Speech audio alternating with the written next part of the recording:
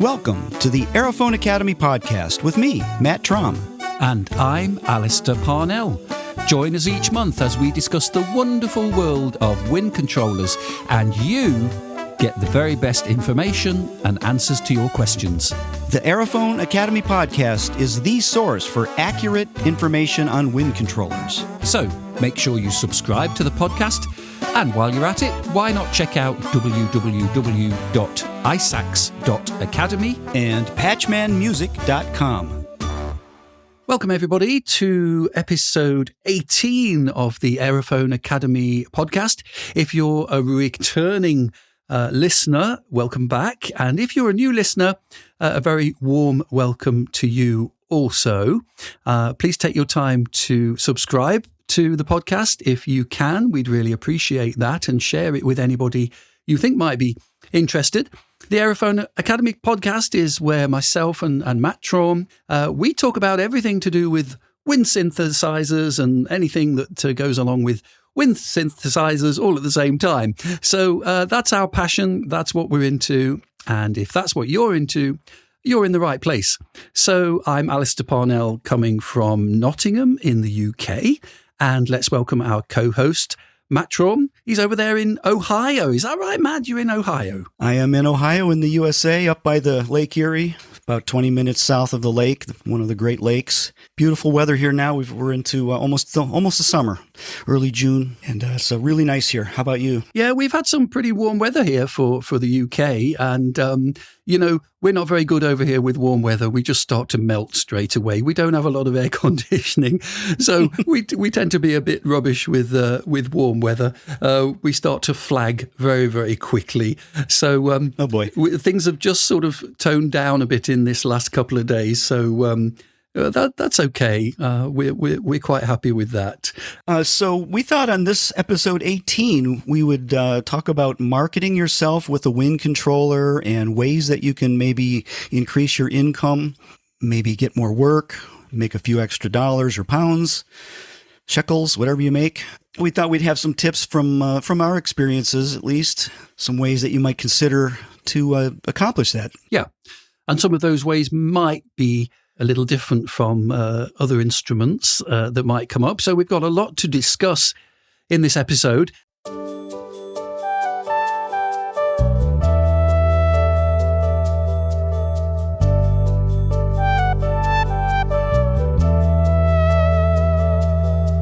Now, before we get into that, we thought we might do a little bit of news that's coming up. We like to keep a track on things that are happening, developments in the wind synth world, and of course, both myself and Matt, we kind of have our own businesses that are connected to wind synthesizers. Matt, for decades now, has been the best place to go to for wind controller sounds.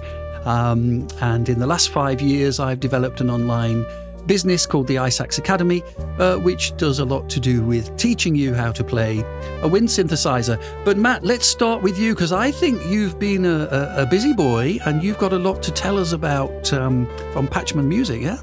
Yeah, I've been pretty busy. Things are really just keeping me crazy here. I'd probably have 3 or 4 things that we can announce here if you'd like. Sure. So one of the things I recently worked on was the ability to convert an EWI, so it would be more like an EVI. Of course, a lot of the EWIs have had EVI fingering mode in them for many years, since the EWI 4000S came out many years ago. But the problem has always been that you have that layout that's a woodwind layout, and there's certain things that EVI players are looking for, in particular the 3 trill keys, which are quite important when you're in EVI mode, to be able to do some trills and some difficult note transitions. These trill keys really help to greatly aid how you can do those. Mm-hmm. Instead of having to move 5 or 6 fingers at once, you just move 1 finger to do a certain type of trill. So I developed this trill key modification with my friend Tim King at Windy Synth Music that we can actually physically install onto some of the later EWI models. And this board essentially moves the 3 trill keys into the right position, so they're right at your fingertips of the first, second, and third valves in the right hand. So it's a really neat thing. It's a little hardware thing. It needs to be done in the shop because you have to take apart the instrument and install it and do some soldering and wiring and things. But for EVI players out there playing one of the later model EWIs, you might want to check out this board. And you can go to patchmanmusic.com/repairs. And I've got a little entry there that you can see a picture of it. And you can always email me at matt@patchmanmusic.com and we can talk about it. And I'd be happy to upgrade your EWIs to that. And Matt, sorry, can I interrupt you? Is that purely on the Akai side of things, or is that including some of the other touch-sensitive wind synths, or are you just primarily looking at the Akais at the moment? At the moment, yes, the Akais. And in fact, certain Akais. I think we can do all the Akais. You can't do the first model. The EWI 1000 is a little bit different, but all the later ones, the EWI 4000, the EWI USB, the EWI Solo, and the EWI 5000 can all be used with this Trill keyboard. And with some additional circuit modifications, I can even install it into the Akai EWI 3020 and EWI 3000 controllers.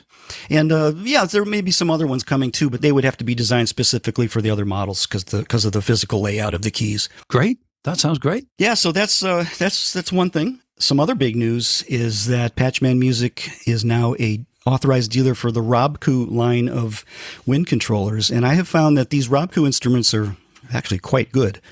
And the two models that they have out now have EVI fingering in them also, so that's a great thing for us trumpet players.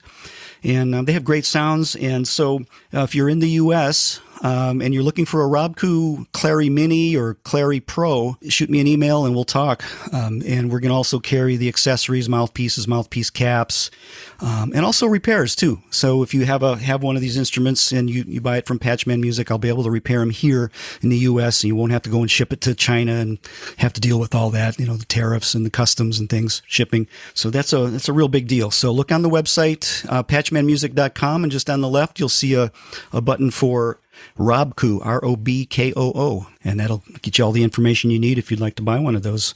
And Alistair and I were talking that very soon we'd like to do an episode dedicated to the Robkoo line of instruments too, and kind of talk about them and the advantages and what they're all about, and maybe even have someone come on from the company and talk about the design. What do you think? Yeah. I'm sure a lot of the listeners have probably become aware of Robkoo, but Matt and I just recently have got hold of a couple of these instruments, and yes, we've both been pretty impressed by what they can do, and they're a pretty reasonable price as well. And things are really moving forward in that line, and we're both very interested, and I think the listeners will be interested to hear what we have to say about those as well. So Robkoo is great.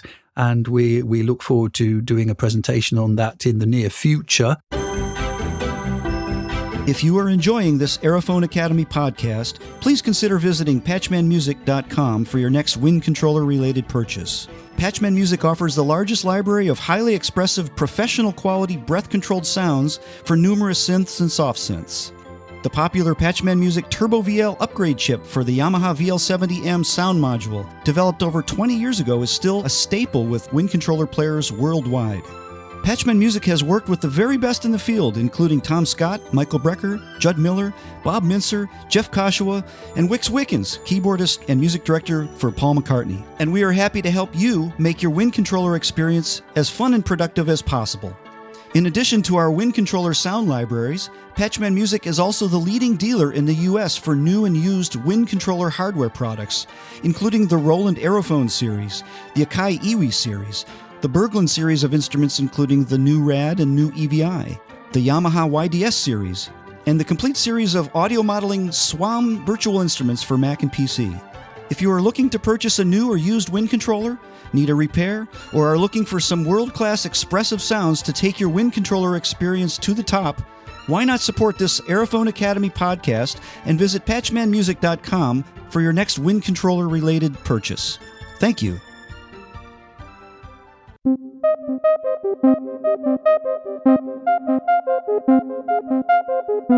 Now, I'll just pop in my little bit of news now, if that's okay with you, Matt. The iSax Academy have been growing steadily, in the last 4 or 5 years. Now, we do occasionally have some sales going on, but the new edition for this month, this is, we're talking June of 2026, I'm now offering the chance you can buy one of the courses.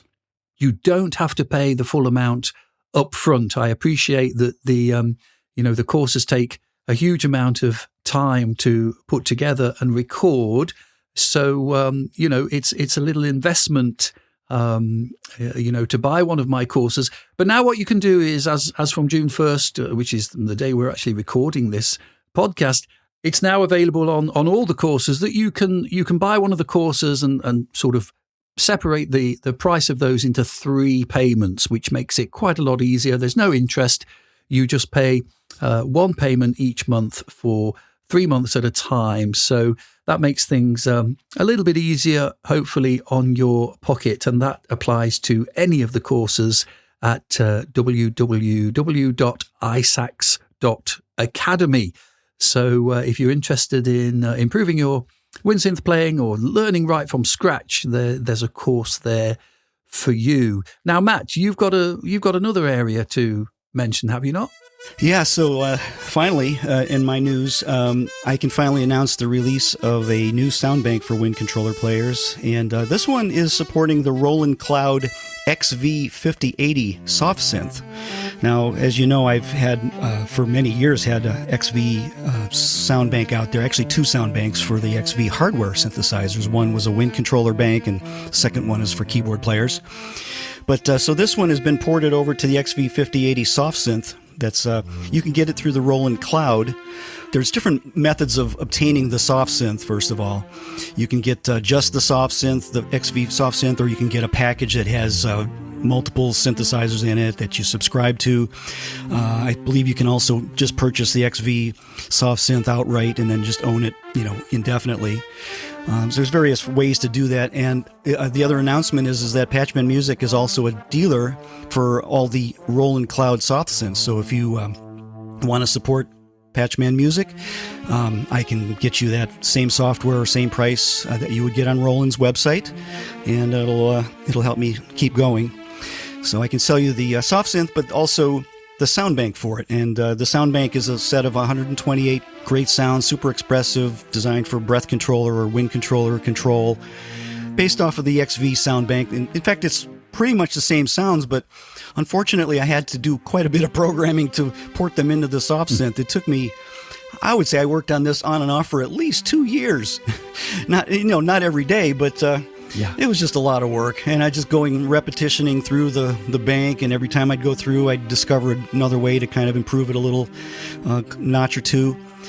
So it's finally out, and it's available. It's on the Patchman Music website. Just when you're on there, just click on the Roland button that you'll see along the left side, and then click on the sound banks, and you'll see it. And I must say that Alistair so expertly and generously recorded the audio demo for this sound bank, and he went through every single sound in this bank, 128 sounds, and went way beyond the call.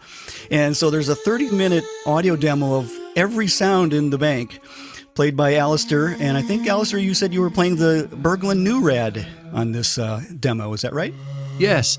So the listeners might be interested. Yes, Matt very kindly suggested I could give the sound bank a try, a test, which I was very happy to go ahead with.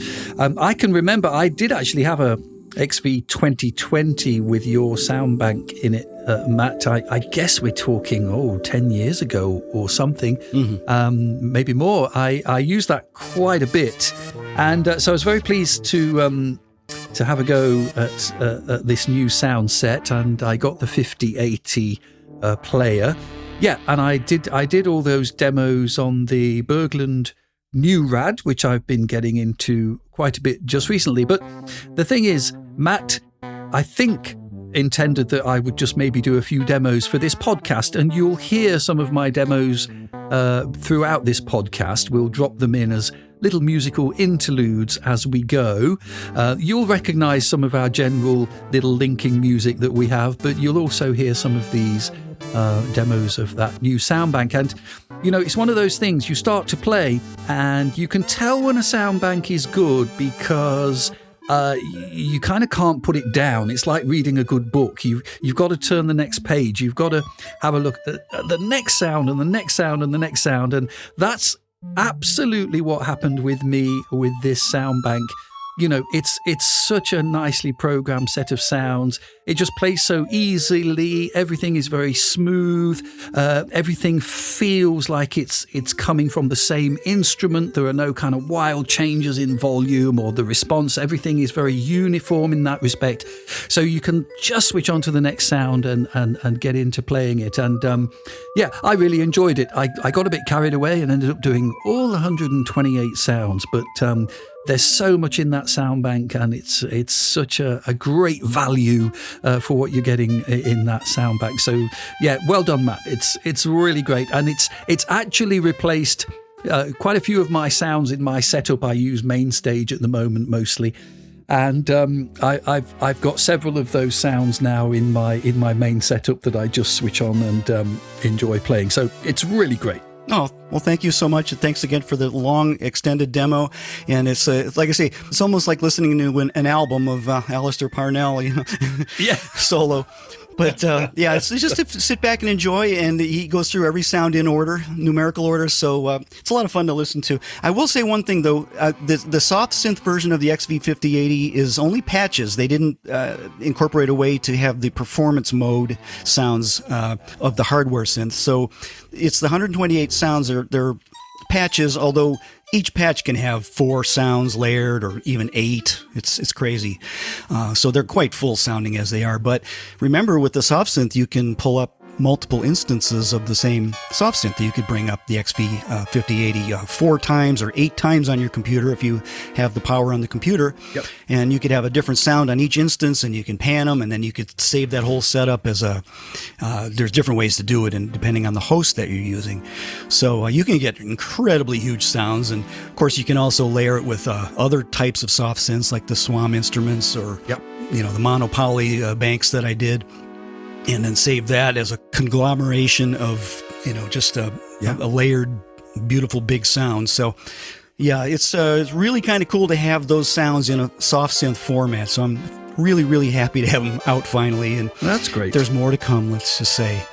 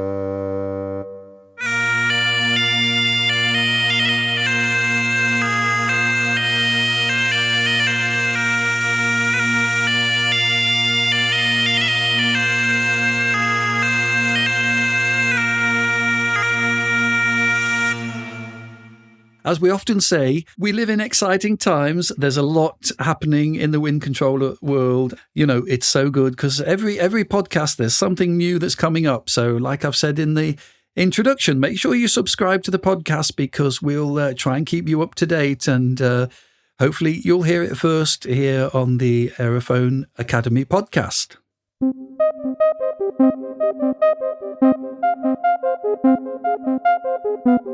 Okay, so let's get into the meat of it, shall we now? We thought it would be interesting to have a little informal chat between Matt and I about ways you can make a little money for yourself using a wind synthesizer.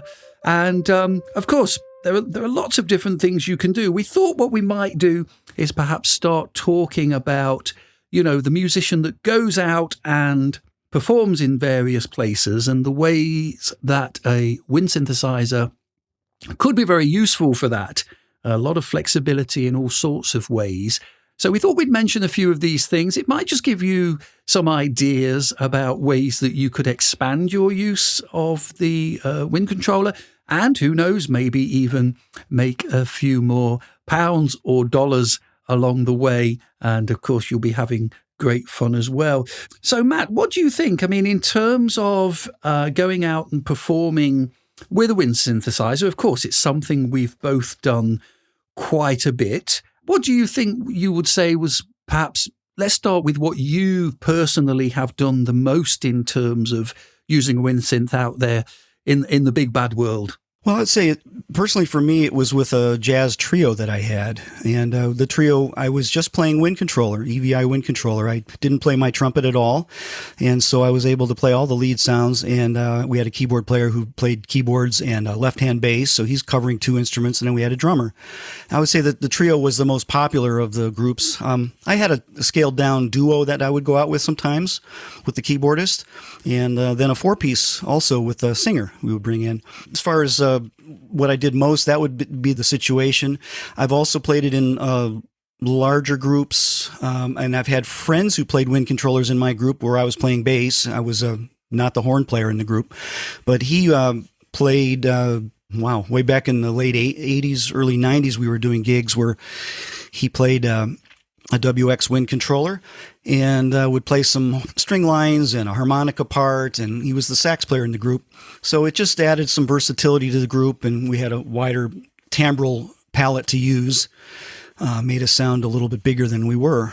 And so the employer, the person hiring the group, essentially got more than they were paying for. They were getting a 5-piece group, but it sounded like a 7 or 8-piece group. I guess you could think of it that way. Yeah. And same way with the trio too. The trio I would play a little, I might have a synth lead, or I might have a flute or a flugelhorn sound or a sax sound. And I could be, covering the parts of 3 different instrumentalists, I suppose. And it wasn't like I was putting people out of work because there just wasn't the money there to hire a larger group. So it was a way that I could compete with groups, and get the gigs whereas we might not have gotten the gigs if I had just played trumpet. Yes. And so how, as far as your situation, was it similar when you went out with groups? Yes. I actually ended up doing all sorts, like you, doing a bit of kind of function band, as we would call it over here, for weddings and kind of corporate things, playing for music while people were having, cheese and wine or whatever they have on these things. And likewise, the wind synth just offers quite a lot of versatility in terms of the instrument. I usually did mine alongside acoustic saxophone.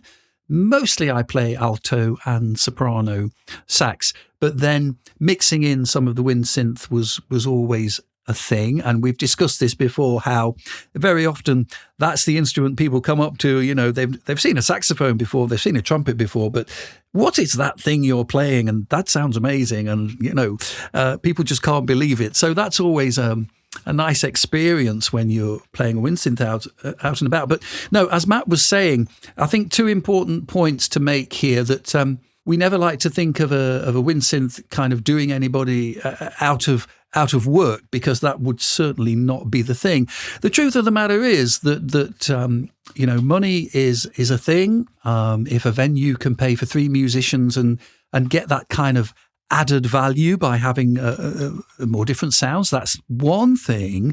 But the other thing I find increasingly is, the room that's available, if you're playing in a hotel or a restaurant or whatever, sometimes it's fairly limited for room. And I mean, I've even done jobs where I'm just a solo player, meaning backing tracks. And, a venue might expect you to be in a very small space. You hardly got enough room to set up your instruments. And sometimes they just don't quite think forwards enough to think, well, somebody's going to need a little bit of room. So we certainly don't want to lose any business for anybody. But, the truth of the matter is, if you've got a wind synthesizer, you've got quite a unique instrument there that has a huge amount to offer. And this is something we think can be very attractive in all sorts of live performances. So yeah, I've done everything from musical theatre stuff, played it in kind of ensembles like saxophone ensembles, and then done jazz trios, that kind of thing as well, and also solo gigs with backing tracks. So all of those are very useful positions or places to be, chances to perform. Now, there are some other places, Matt, that we have been discussing, perhaps not quite the regular sort of restaurants or hotels or whatever, but there are quite a few other places that musicians can go out and perform. And again, the wind synthesizer is a good opportunity. You got some ideas about that? Well, yeah. So if we get into like weddings, I know we were talking about playing out for dances and stuff like that, but let's say actual wedding ceremonies. So I would go out with my trio. Yes. And we might do a two-piece, like the piano and myself. We would do the ceremony. So we'd be up there in the church, and I could do a flute sound, and he could play a classical acoustic guitar sound, and we could play soft music, and it was appropriate to the ceremony. So it's the same group, or it's a subset of the group. So we would do the ceremonies, and then we'd go in and play for the cocktail hour or a dinner with the jazz group. Yeah. And so there's a whole other market right there. Now you can play the ceremonies too, in addition to dances or a jazz situation, something like that. Cocktail music. Yes, absolutely. Yes, I've done a lot of weddings, and again, a wedding, I think I would have to say, in my experience, weddings are generally probably some of the best paid playing work I do. And that includes, I've worked in Birmingham Symphony Orchestra and played, the sax lines in stuff like, Bolero and, Mussorgsky and all this kind of thing. This is pretty high level stuff, right? I mean, there aren't, I'm not going to, excuse me saying this, I don't want to blow my own trumpet, but, there aren't that many people that could do that kind of thing in a professional orchestra like that. But, that doesn't actually pay that well. And it means I have to do a lot of rehearsals and a lot of traveling. And when you can go down the road, somewhere within a few miles of your house and play for a wedding, and generally speaking, they are the best paid gigs that I do anyway. So it's certainly worth looking into. Lots of people put together little websites or little demos or whatever to get some work that way. So yeah, for sure, weddings are very useful. And Matt, you touched on this just a moment ago. It's something we perhaps haven't spelt out quite so clearly yet. And that is the idea that, of course, the wind synth is highly controllable in terms of volume. Yeah. I was just going to say that's another big selling point, and musicians need to realize that when there's an employer out there, or there's perhaps a parent or the bride and groom, they're looking to hire somebody, but we don't want it really loud, because all these weddings I go to, I can't. Mm-hmm. There's no conversation; it's too loud. There's loud drums, and the trumpet player's blasting, and it's like, no, with the wind controller, I can be as quiet as you want. I could turn it down to 0. Yeah. I mean, the guys on Spinal Tap, they go to 11. Well, we can go down to 0 or -1. Yeah. I mean, if you really want it. So we have full control of the volume. Yeah. I really pushed that. When somebody would call me looking for a group, I would say, look, don't worry about it. I don't mind playing quietly if that's what you want. We can do that because I'm not playing a trumpet, and, you can only play a trumpet so quietly. It just has to speak, and the saxophone's the same way, I suppose. Sure. To get any sound, you have to put some air through it. So yeah, that's a big selling point. And I think, that should be kept in mind for musicians looking to expand their income and their work possibilities. Also, you mentioned a little bit about the size of the group too. So having a smaller group and still being able to have the sound of a 6-piece group and you only have a 3-piece group. Yes. The stage size. That's often a problem at these venues. You know, we don't have a big stage and we can put you back in the corner and there's one power outlet there. Hey, no problem. Yeah. You know, easy to do. So I think it's really important for musicians to understand these positives and maybe keep a list, you know, and if you're out there gigging actively, promote these things, you know, and because most people don't know what a wind controller is. And sure. So you tell them the advantages, you know, and keep the volume down. It's small. I can give you all these different sounds. You're hiring one musician and you're getting the sound of 10. Yeah. I used to say that, you know.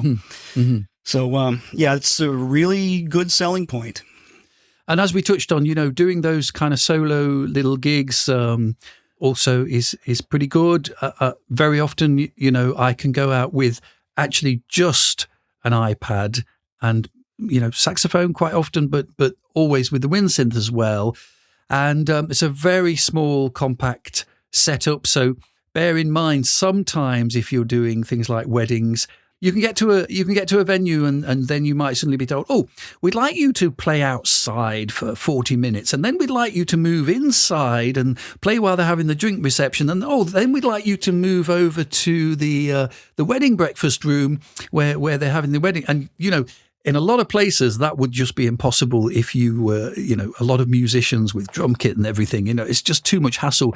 So you can have a setup, you know, with a wind synth, with a backing track if you want to go that way, and you know, pretty decent speakers now, pretty small portable speakers, even speakers that will run. You don't have to have them plugged into the power outlet.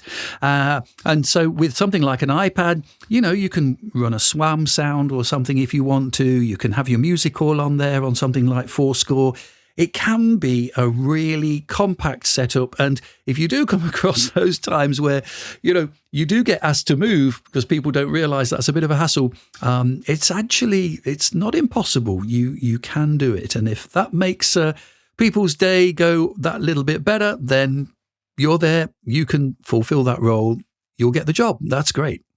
Yep. I had that happen many, many times to me in my career playing out where no, can you set up over here? No, we're going to change it. We're going to go over here. Okay. You know, it wasn't such a big deal for us. So, it's a good thing. The other thing I want to mention about wind controllers is that you can sell it also. You could say, look, you're going to get an authentic sound, you know, when we're playing and let's say there's a harmonica, a song, a Stevie Wonder song, you know, Isn't She Lovely or something. And, you know, we don't have a harmonica player in here, but we have a wind controller player in the band. And so when we play that song, it's going to sound like Stevie Wonder playing that song, you know, it's going to be an authentic arrangement. Yeah. So that was another selling point, I would say, because of the versatility of the instrument, we can select the proper sounds and you'll just get a better sounding product. And I think people appreciate that too. Their guests will appreciate it. Yeah. Every single sound so wholesome and rich. From lush paths to leads, he's the one that you pitch. Got the world buzzing like bees on a train. When Patchman's in the mix, it's the pop in the game. Synthesizer royalty, they vouch for his craft. In every masterpiece, you feel that Patchman draft. With honesty and fairness, he sets the tone. In a sea of fakes, he stands all alone. Patchman vibes, he's the sound magician. Preparing the past with the current vision. Honest and fair, he's the one you can trust in the world of sound. Patchman's a must, this Patchman vibes, he's the sound magician. Preparing the past with the current vision.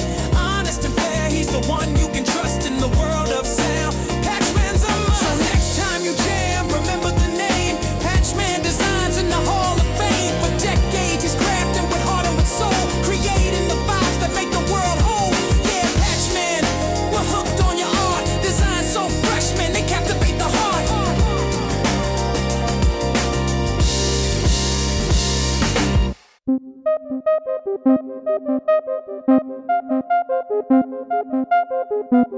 Now, the other area, Matt, that we mentioned in the kind of preparation for this podcast, you know, we talked about things like retirement homes. Now, I think, did you say you'd done a bit of that? I've certainly done quite a bit of that stuff. Yeah, I've done only a few. Right. But I have friends who, lots of people that I know that do this. In fact, there's a guy out in California, a fellow EVI player. Now, I don't know if he's still doing it because I haven't heard from him in several years now. But at one point, he told me, you're not going to believe this. He played over 1,000 gigs in a year. Wow. Yeah, 1,000 gigs. And then he was disappointed when it went down to 800 gigs in one year. I said, how? So what he's doing is he has a very small compact system that he wheels in on like a little dolly, a very small dolly. The amp is on there, his sound system, his playback tracks. He goes in by himself. It's a solo thing. And he plays, he's got hundreds of songs on his playlist, minus the lead parts. Yeah. So he just goes in and he'll play at a retirement home for an hour and wheel it out. Within 5 to 10 minutes, he's probably out in the car and he goes to the next one. I assume, doing 1,000 gigs a year. What is that? Yeah, it's got to be at least 3 a day or something, isn't it? It's a lot, isn't it? That's 20 gigs a week. Yeah. 20 gigs a week. So 5 days a week. That means he's probably doing on average 4 gigs a day. So he would probably go in and play for an hour and go to the next one, play for an hour. And so he plays for 4 hours maybe in a day, and then there's travel time. Yes. And he's, I assume, making pretty good money. And a lot of these gigs are regular type things where you go in every week on a Thursday at 2:00 after lunch, or you go in once a month, or, whatever the situation is. Yeah. But that can be a big market there for solo musicians and especially wind controller players. And if you sing a little bit and if you can talk a little bit to entertain between the songs, that's as important as the music itself. Absolutely. I think these people are just, they just want to listen to the story and enjoy the moment. Yeah. So, you want to be entertaining and positive, uplifting music, not too many down songs, Yep. Yeah. So make it a positive experience for them and get to know the person that hires the entertainment. Yes. Every single city in the world, or at least in civilized countries, that they have these places. They're all over the cities, and you can go around and get to know the person that hires entertainment coordinators, and I think that the other thing we should mention is it's incredibly rewarding and satisfying to play for these people. They are there, and you could probably do anything, and they would love you. Yes. So it's really to know you're doing something positive to really help make these folks feel good for a brief time. Yeah, is really rewarding. Well, it's that power of music thing again, isn't it? We when I was at music college, there was a charity. I don't know if it's still going yet. It was actually set up by the violinist Yehudi Menuhin, and it was his idea to get big corporations to donate money. And basically what happened was they Live Music Now, they operated in a sort of middleman, as it were, and they would hire music college students to go into play in places that wouldn't normally get the opportunity to have live music.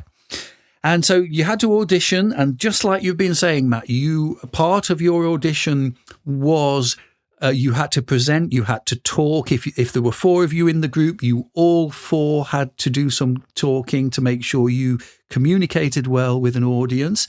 And then, we got into all sorts of places, retirement homes, mentally and physically handicapped homes. We even did things like prisons, high security prisons, and we did village halls and all sorts of places. And you're absolutely right. It was some of the most rewarding gigs that we did were some of those gigs we did for those people that wouldn't normally get live music. And to see the faces lighting up. I mean, I played several times for my father-in-law's retirement home. He struggled very badly with dementia for maybe 8 or 10 years at the end of his life. And I'm sure you've probably heard similar before. We've seen this sometimes, in social media and things. I would sometimes go and even if I just went in and played the piano just for half an hour or something, my father-in-law was incapable of really stringing a couple of words together, towards the end. Now, if I went in and played some of the old time songs or maybe Christmas carols or whatever, you could see that he was mouthing entire verses and choruses of these songs.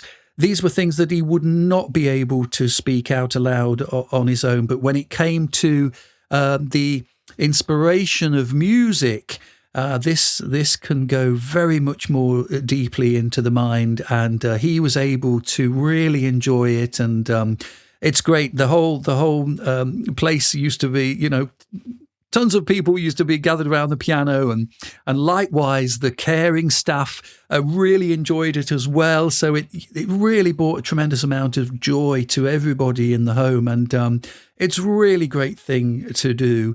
And like you say, same with the wind synthesizer. If you can play a nice kind of old time tune on a trumpet sound or something, switch to a sax, do a little bit of flute for something, I don't know, maybe folk song or something. There's a tremendous amount there that you can present for one of those gigs. They are very useful, by the way. If you haven't done much playing in performances before, they're a great stepping stone as well. So before you go and offer your wares, as it were, as a solo player, if you want to have some practice sessions, retirement homes is a great place to do that. Also, schools. I've been into quite a lot of schools, played for kids in assemblies and things, and they're always very fascinated as well. Also, it's a very appreciative audience in those sort of things. So plenty of opportunity there. And the wind synth is such a kind of unusual new instrument. Most people have not seen one very much, if at all. And so it's a real talking point, and it can be a real inspiration. Yeah, I agree. It is unique, and I think that, like, say, a bride and a groom, they're hiring a little trio to play, and we've got this guy, and he plays this really cool instrument, and wait till you see it, Yeah. And they're going to be talking about it, and it's unique, and very few bands can offer this, Yes. at least nowadays, and hopefully it'll get better in the future. But it's still considered very unique, and most people have never seen one. It's a little bragging rights type thing where they can say, oh, yeah, we got this. Wait till you see it. And also, like you say, at the homes that you play at and things, people are going to talk about it all week. And when's he coming back? Yeah. So it's just an incredibly great marketing tool. And so use this, musicians. I tell you, you don't know what you have when you have one of these in your hands. You can really jump ahead of the crowd.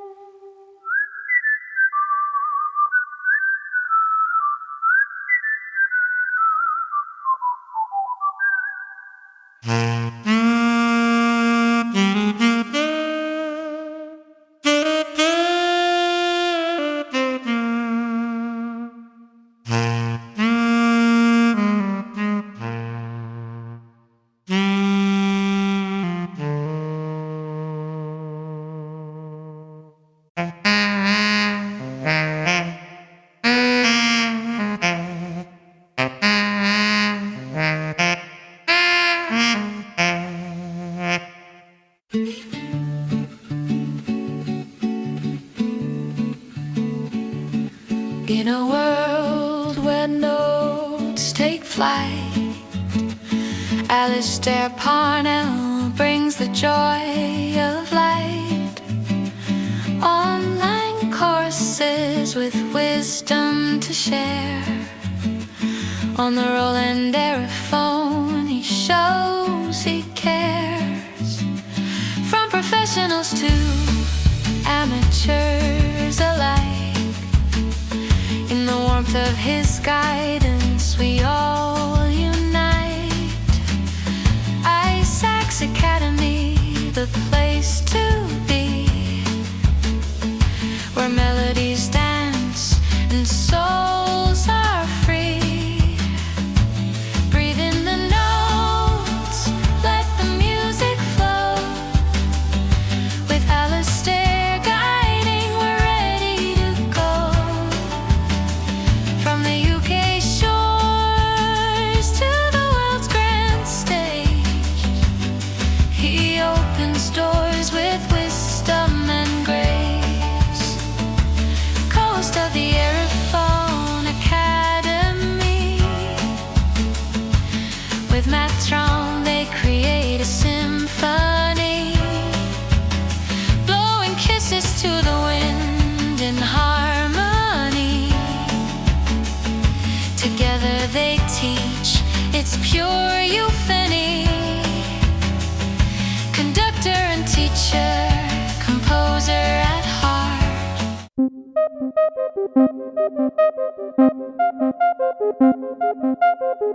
Now, Matt, I remember you had an idea. It's not something I'd thought of before, but you had the idea, of for something like that, having a backing track. Now, the potential to possibly have this done as an internal feature of a wind synthesizer. I think you said you had this idea that you thought that would be an interesting addition, right? I've been pushing for it for years with the various companies that I talk to, and why not put it in there? You can go on AliExpress and buy a MP3 player for like $5, Yeah. and the little electronic circuit it completely works.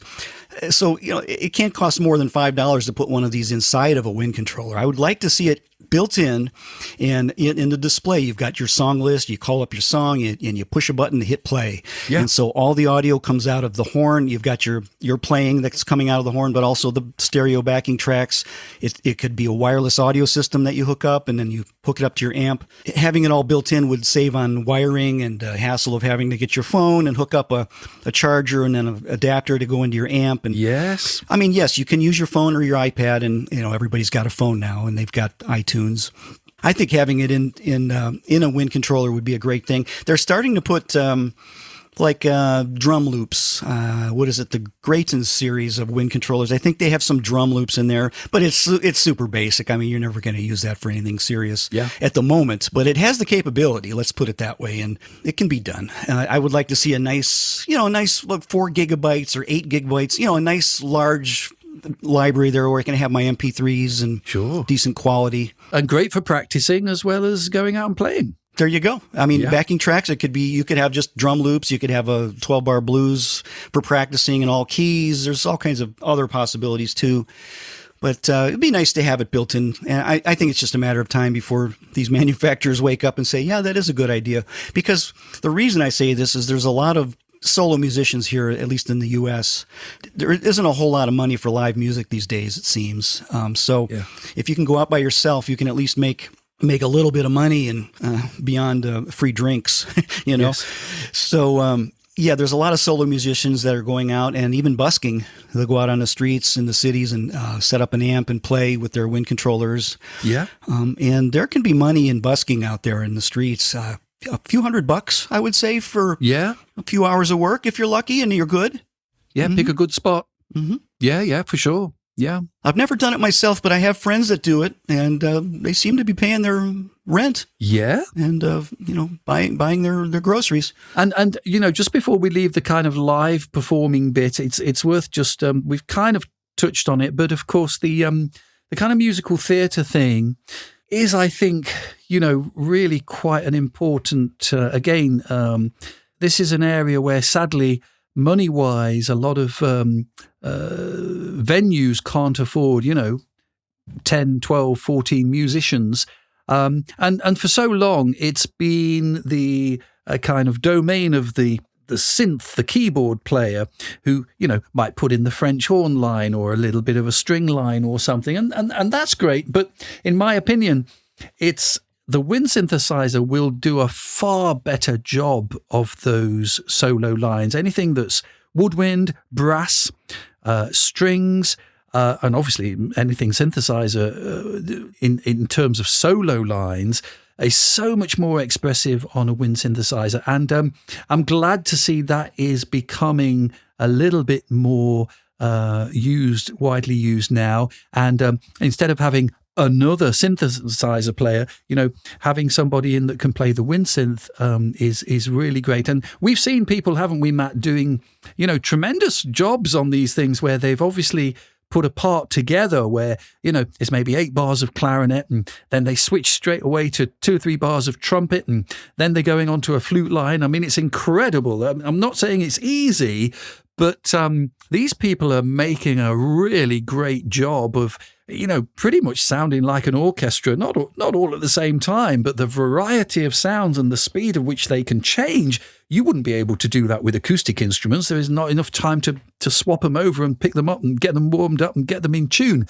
But on a wind synthesizer, you can switch pretty quickly, especially if you've got it rigged up to some kind of foot pedal or something. You can instantly switch, and I really think that is an area worth pushing forward on. It's a case of, in some cases, making sure that some of the MDs, the musical directors of these shows, realize that this is an opportunity, and if you can be that person to deliver the goods, I'm pretty sure there's quite a lot of opportunities out there in the musical theatre world.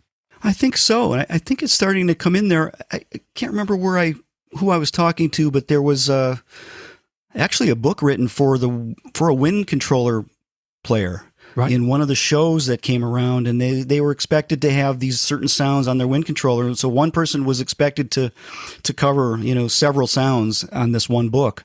I can't remember what show it was. Have you heard anything about that? I don't remember anything about this. No. So it's nice to see, and it's starting to be incorporated, and people are starting to expect some expressive playing out of electronics. Yes. And maybe skipping over an auxiliary keyboard player and then actually hiring a wind controller wind musician. Absolutely. Instead of a keyboard player to do these lines. Yeah. You've got an aerophone, but you could do with some help. Getting information from the internet or finding a great teacher just isn't happening. And you know how important it is to make the best possible start. Let me introduce you to the Aerophone Basics course from the iSax Academy, a brand new online course for the beginner to intermediate player. After you've learned how to set up the instrument, we'll look at hand position, breathing, articulation, and sound selection. There are 20 videos to help you learn every note on the instrument plus the alternatives, with detailed explanations and playing tips on how to get the best from each sound. There are sessions on improvisation and help with reading music, downloadable PDFs and backing tracks for each lesson. Start playing great tunes from day one and see great results in just 90 days. Regular live webinars with me, Alistair Parnell, to get your questions answered and join a whole community of players. Visit isax.academy for more information.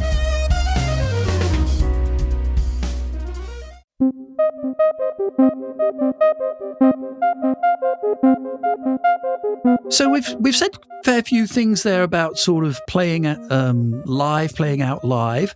What about kind of things slightly more, if you like, almost working from home or in the studio? Now, obviously, the wind synth offers a huge amount of versatility in the studio. And I'm thinking perhaps things that even could be done from home. So I'm thinking about, obviously I'm very much into the teaching side of wind synthesizers. This is something that I was pretty much born into because my parents were both music teachers. I suppose I take some of this for granted in that I literally grew up with it and sort of learned the ropes just absolutely by being part of my family. But, it's, again, something that can be very rewarding. People do appreciate some help. Of course, you're playing a wind synth, you could get quite a lot of help maybe from your saxophone teacher perhaps, but that'll only go a certain amount of the way. If you want somebody to really show you, what a wind synthesizer can do, you need somebody that can play a wind synthesizer. And, there are quite a lot of exercises you can do, of course, understanding how your instrument works to get the very best out of it. As I've already said, I have the iSax Academy. You can go and buy a course and just do that in your own time. But you can also take private lessons. I offer private lessons as well in wind synthesizer playing over Zoom. So, you can teach anybody anywhere in the world rather than just your area. For quite a long time, I had an airline pilot that was having lessons with me on Zoom. He used to call me from all over the world, and he could put the wind synthesizer into his luggage and go, and practice in his hotel room quietly, silently, and he could even have a lesson silently as well over Zoom. And, this is an area worth thinking about. If you are yourself a teacher, you've had some experience in teaching, then don't forget that maybe using your teaching skills in the wind synthesizer world might also be something you could look into. Well, Matt, it seems like this is a really interesting topic of conversation. And in fact, we are going to leave this episode here at this point. But do join Matt and I for the next episode, where we will be carrying on this very interesting discussion. And don't forget, if you'd like to join in the conversation, you can leave us a message. Just look at the podcast notes down below where you get your podcast from, and you can leave us a message, even leave us a voice message there as well. We'd love to have you join in, and we will see you next time in podcast 19. Bye for now. Thanks, Matt. Bye-bye, Alistair, and thanks so much, and everybody for listening. We'll see you all again in the next episode.